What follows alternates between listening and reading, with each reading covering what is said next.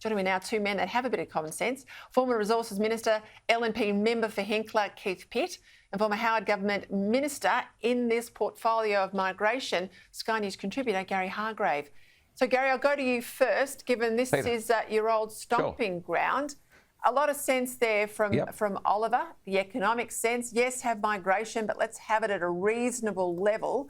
I'm pleased that the coalition's found its tongue, that it's speaking up on this issue, but we've got to do something fast, surely. Yeah, and look, a housing shortage is, it's like being mugged by a tortoise. You can see it coming for years. So a complete lack of planning by state governments, in particular on land release, has created the kind of problem we got. But Peter, it's being exacerbated by this hell-bent Ponzi scheme approach. Importing the unemployed is really what they're doing. You've got people who come here with aspiration to be entrepreneurs, to build their own small family businesses, who are being told red tape, delays, fees, forms, processes, all the stuff we all put up with is the reality, and it's not as the Australia they were sold. So the word is spreading around the world. Australia's got very little credibility as a great destination for migration. And on top of that, not only is it hurting us in, say, built-up areas, but in regional and remote parts of Australia, Peter, there's no big projects. There's nothing happening, no water projects, no big land movement projects like road, rail or anything like that, maybe a little bit of inland rail, but really there's not much going on in Australia. What's the case to come here? Higher costs, no housing, bring your own house. I mean, seriously, is that where we're at? Well, it seems like it to me. And this government is completely oblivious, ignorant, don't care. It's all about the voice. That's all they care about. You know how it works, Keith Pitt. I mean, you've sat there in ERCs like I have. These are budget committees, people at home, sorry for the lingo, these are budget committees. And it's an attempt by governments to ramp up the migration number, because that ramps up the growth number, makes the bottom line look better. They don't have to live with the impacts of high migration because they don't live in the suburbs where the migrants first moved to. And we know in per capita terms, so per head of population, we're already in a recession. This just bails out a debt-laden state Labor governments, makes their numbers look better than they should be. It makes, tricks people into thinking we're not as bad off if you look at the budget numbers. But it's this influx of people it's killing communities. Oh, Peter, we shouldn't underestimate what's happening here. The forecast is some 500,000 people in net migration for 1 year, just 1 year. That is the equivalent of the entire city of Canberra arriving in 12 months. And how on earth will we house them? I don't think we can turn out enough caravans, no matter enough rental properties and new homes and jobs. And, this just doesn't cut the mustard, mate.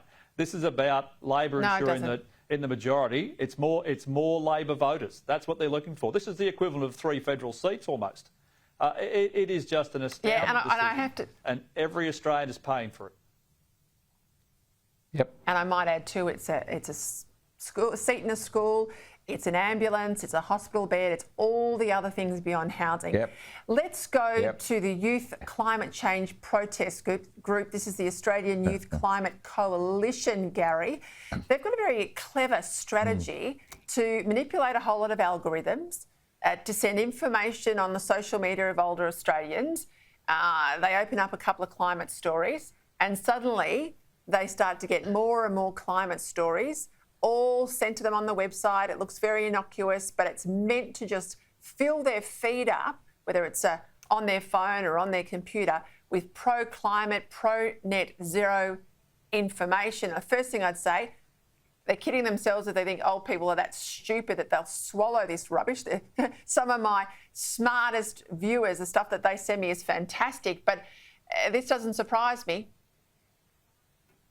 No, it doesn't. Everybody's sort of beating up older Australians, through all these algorithms. You've got, big power companies sending out dodgy bills. You've got all sorts of other things going on. I shan't go into the detail, but I hear a lot of stories. Peter, bottom line here is that what older Australians should do is respond to their younger members of their family and say, what's actually occurring is you're going to be set up with a debt that you're going to spend your whole lifetime paying. And by the way, when you have children and grandchildren, they'll still be paying it.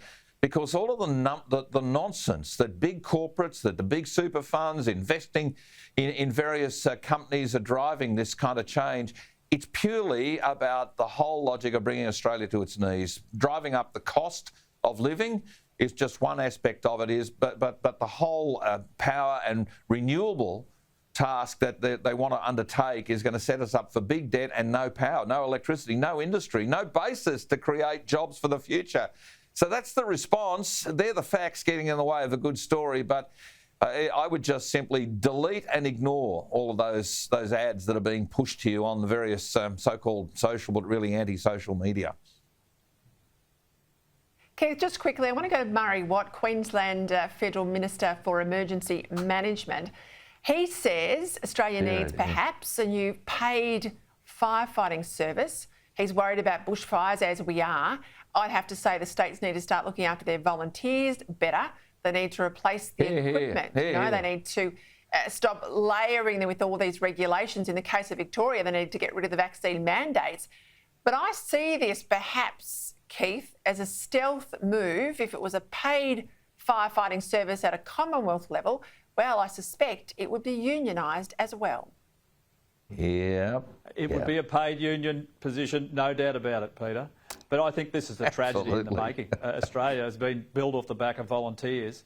And when you're looking at fighting fires, I've got 10-year service medals over the back of my shoulder, mate. And the reality is straightforward. You need that local knowledge. You need people who are passionate about their community. And you need lots of them. When fire season is on, you need all hands on deck. We're a really big country with a very small population by comparison. I'm not sure quite how Murray Watt thinks this will work. And I know the volunteers I talk to, they are sick of things being centralised. Decisions out of Canberra, decisions out of Brisbane, decisions out of the capital cities. They just want to fight fires and protect their community. Spot on, gents. I'll leave it there. Volunteers I spoke to today have exactly the same view. Gary Hargrave, Keith Pitt, thank you both for your time.